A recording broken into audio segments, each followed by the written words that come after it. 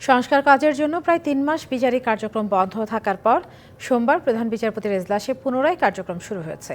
আর এই দিনটিতে সুপ্রিম কোর্টের উভয় বিভাগের এজলাস কক্ষের ছবি ওঠানো ও ভিডিও করার সুযোগ দিয়েছেন প্রধান বিচারপতি। তবে আজকের পর এজলাসের কোনো ছবি প্রকাশ বা প্রচার করা যাবে না।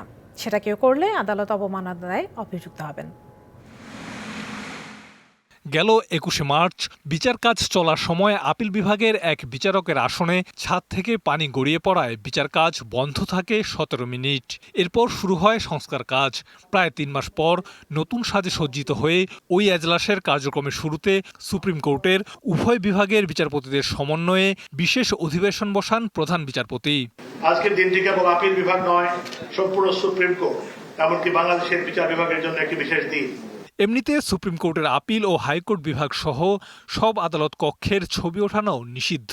সেই প্রথার ব্যত্যয় ঘটিয়ে সোমবার প্রধান বিচারপতি শুধু একদিনের জন্য এজলাসের ছবি তোলা এমনকি সরাসরি সম্প্রচারেরও অনুমতি দেন।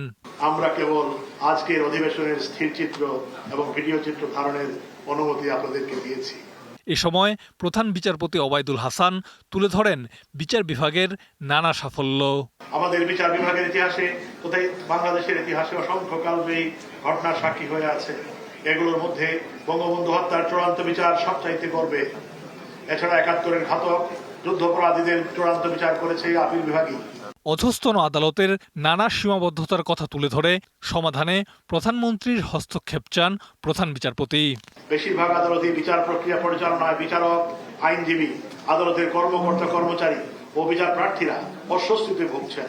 অধস্তন আদালতগুলোতে স্বচ্ছন্দ বিচার প্রক্রিয়া পরিচালনার স্বার্থে এ সকল স্থাপনাগুলোর আধুনিকায়ন ও উন্নয়নের জন্য আমি বিনীতভাবে মাননীয় প্রধানমন্ত্রীর সুবিবেচনা ও সুদৃষ্টি কামনা করছি।